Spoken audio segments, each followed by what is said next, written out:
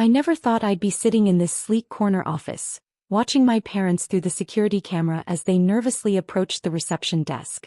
Life has a strange way of coming full circle. 3 months ago I was standing in their living room, the same house I grew up in, listening to my father's angry voice echo off the walls. "What do you mean you won't help us? After everything we've done for you?" I was 32 then, having built my company Phoenix Industries from nothing into a quiet powerhouse. Not that they knew that, to them, I was still their disappointing daughter who played with computers, instead of following the family tradition of working at Morrison Manufacturing, where my father was a senior manager and my younger sister Elena was quickly climbing the corporate ladder. "Dad," I said calmly, though my hands were shaking, "I can't just give you $500,000. That's not a small amount." My mother sat on the couch, dabbing at her eyes with a tissue.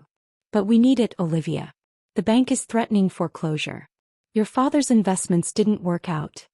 She trailed off, glancing anxiously at my father. The truth was, I knew exactly why they were in debt. I'd been tracking Morrison Manufacturing for months, watching as their outdated management and refusal to modernize drove them toward bankruptcy. My father, convinced he knew better than anyone else, had taken out massive loans against their house to invest in the company's failing stock. Elena stood by the window, arms crossed. "This is exactly why you shouldn't have wasted time with your little tech startup," she sneered. "If you had joined Morrison like Dad wanted, you'd have real money now, not whatever you make from your—" She waved her hand dismissively. "Computer thing." I almost laughed. My computer thing had revolutionized supply chain management, though I operated through shell companies and subsidiaries. Few people knew I was the founder and CEO of Phoenix Industries. I preferred it that way. It let me see people's true colors. "I'm sorry," I said firmly, "but I can't help. You need to talk to a financial advisor. Maybe consider bankruptcy protection dash." "Get out," my father's roar cut through the room. "You're useless. We give you everything and this is how you repay us? By abandoning your family when we need you." I stood my ground even as his words hit like physical blows. "Everything? You cut off my college fund because I wouldn't study business and work at Morrison. You haven't spoken to me in years except when you needed something. And now you want $500,000. Because we're family," my mother cried. "Family helps each other. Like you helped me?" I asked quietly. "When I was living on ramen noodles, working 3 jobs to pay for my computer science degree. When I needed a co-signer for my first apartment and you refused because it wasn't near Morrison. When was the last time you helped me?" Elena laughed coldly. "Oh, poor Olivia, always the victim. Some of us actually worked hard instead of playing entrepreneur." I looked at each of their faces, my father's rage, my mother's manipulative tears, Elena's smug contempt.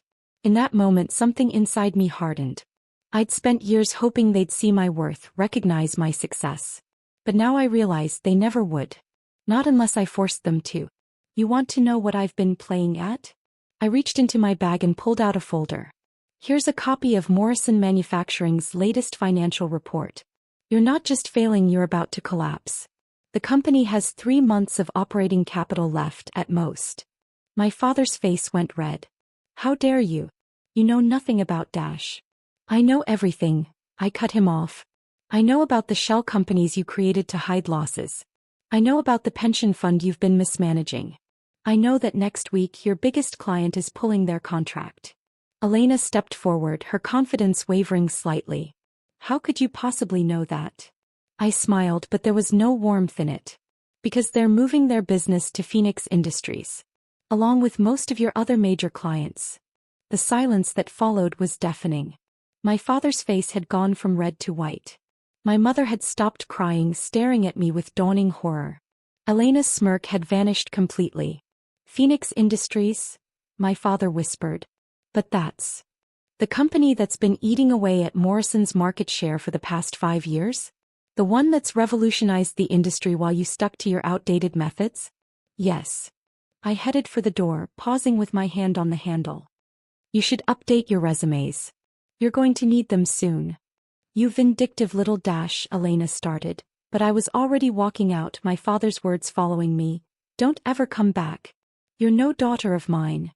I drove home to my penthouse apartment, the one they didn't know about, and made a call to my CFO. "Thomas? Begin phase 2. It's time to acquire Morrison Manufacturing. The next 3 months passed in a blur of corporate maneuvers and legal proceedings. Morrison's stock plummeted as clients fled to Phoenix. My father tried desperately to save the company, but he was fighting a battle that had been lost years ago. When Phoenix Industries finally moved to acquire Morrison Manufacturing, it was for pennies on the dollar.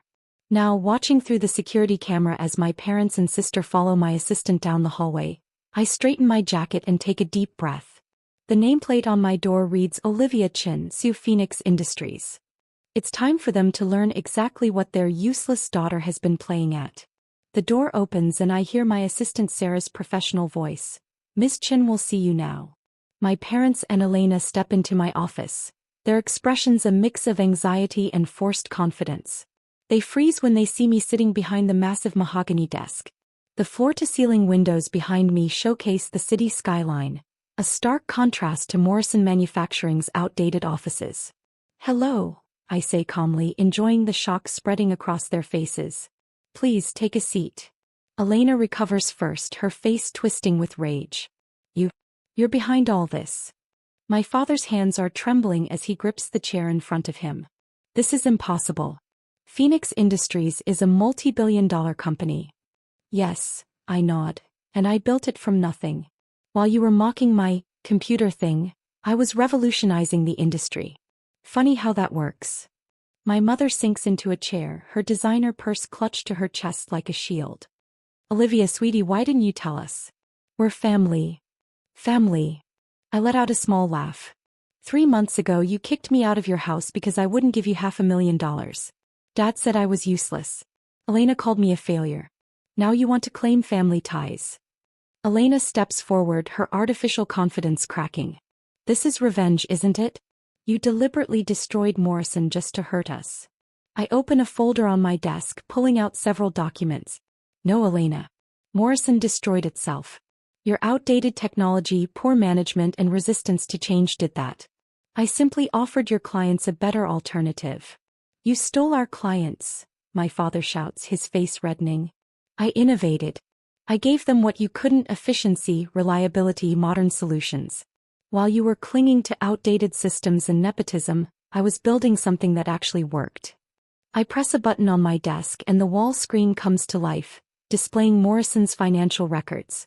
Let's talk about why you really needed that loan. Dad, would you like to explain the creative accounting you've been using to hide the company's losses? Or should we discuss the pension fund you've been mismanaging? My father's face goes pale. How did you? I know everything, I cut him off. Every fraudulent report, every hidden account, every attempt to cover up the company's collapse. I've known for years. Elena's smugness has completely vanished. What are you going to do? I lean back in my chair, studying them. That depends. Phoenix Industries now owns Morrison Manufacturing. We'll be restructuring the entire operation, new management, new systems, new everything. You can't just throw us out, my mother pleads. Your father built that company. No, I correct her. Grandfather built that company. Dad inherited it and ran it into the ground. And now I own it. I pull out 3 envelopes and slide them across the desk. Inside you'll find your severance packages. They're generous, more generous than you deserve. You have 2 options. Accept them and leave quietly, or refuse and I'll be forced to pursue legal action regarding the financial irregularities I've uncovered.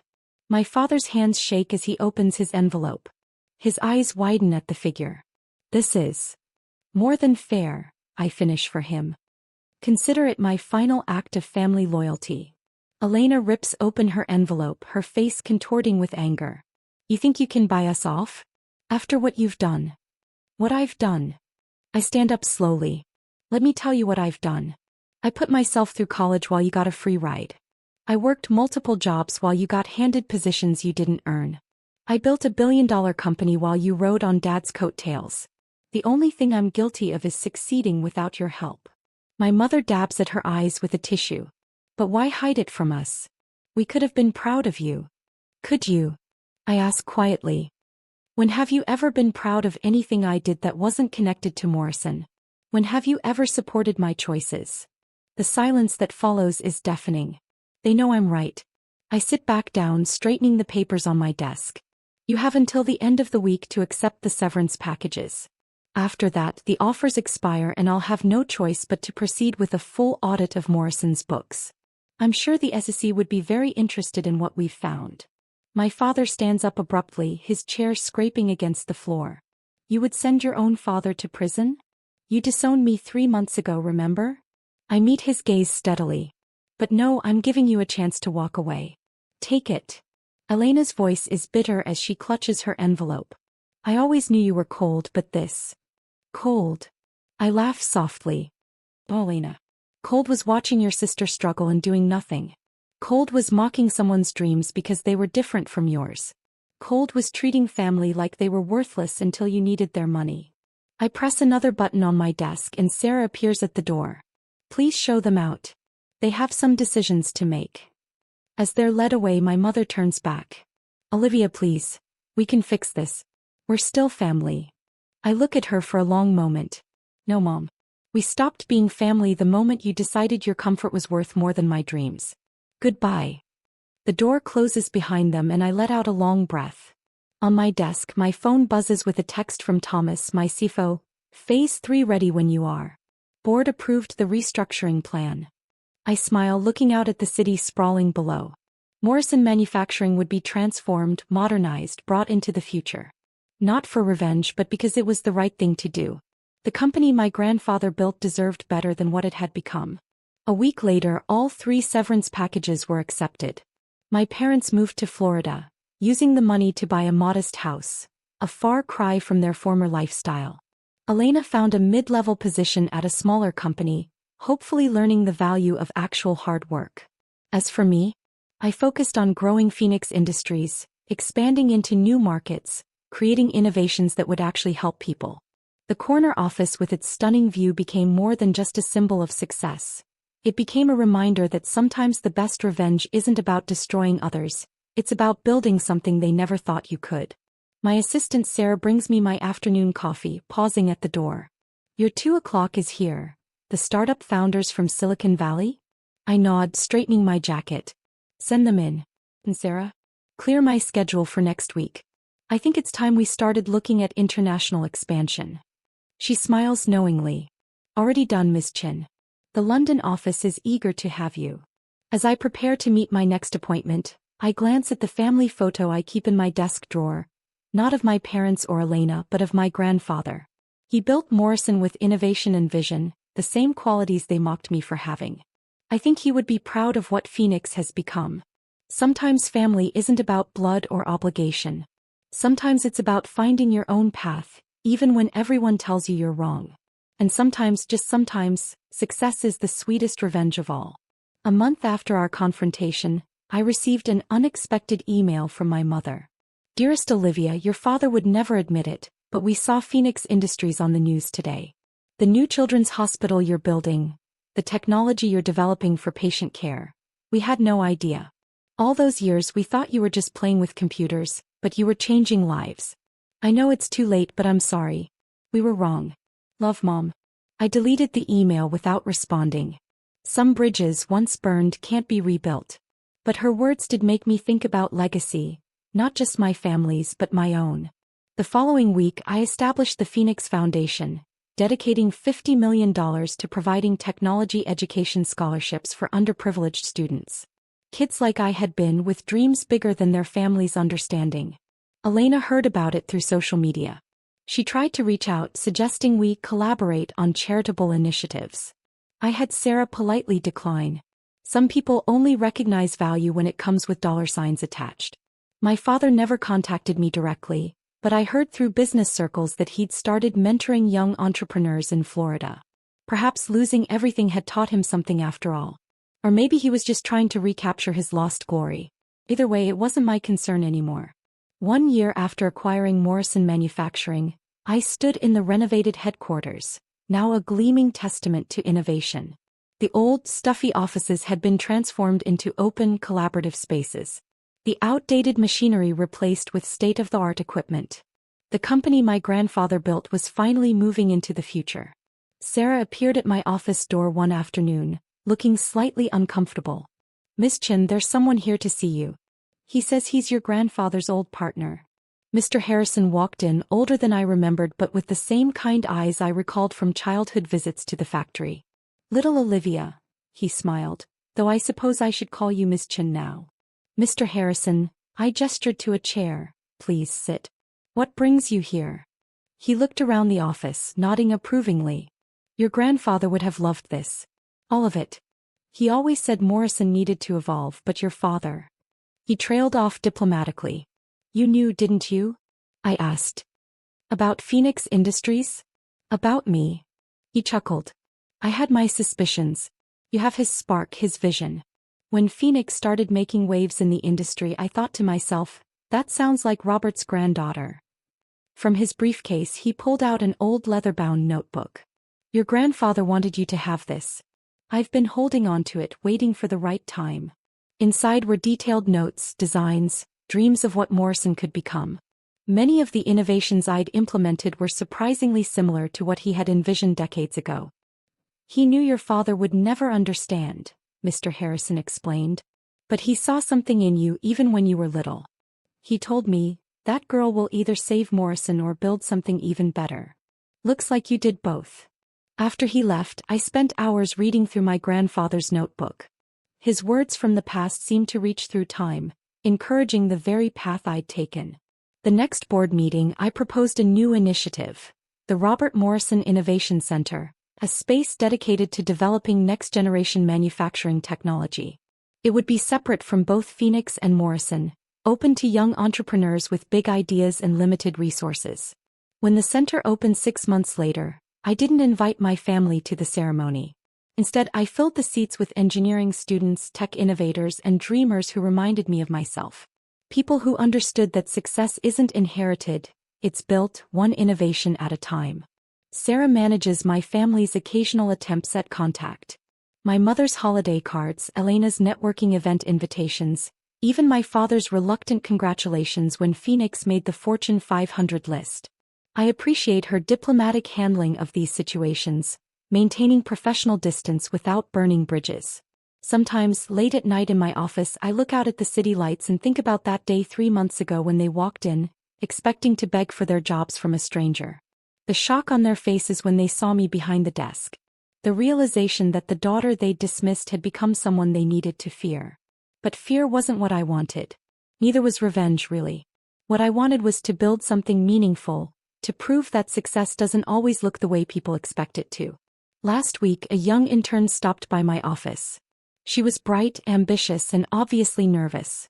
Miss Chen, she started, my family doesn't support my interest in tech. They think I should pursue something more traditional. I smiled, remembering another young woman with similar dreams. Tell me more, I said, pulling out my grandfather's notebook.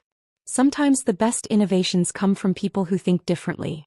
After all, that's what Phoenix Industries was built on, the courage to think differently, to forge your own path, even when the people who should support you try to hold you back.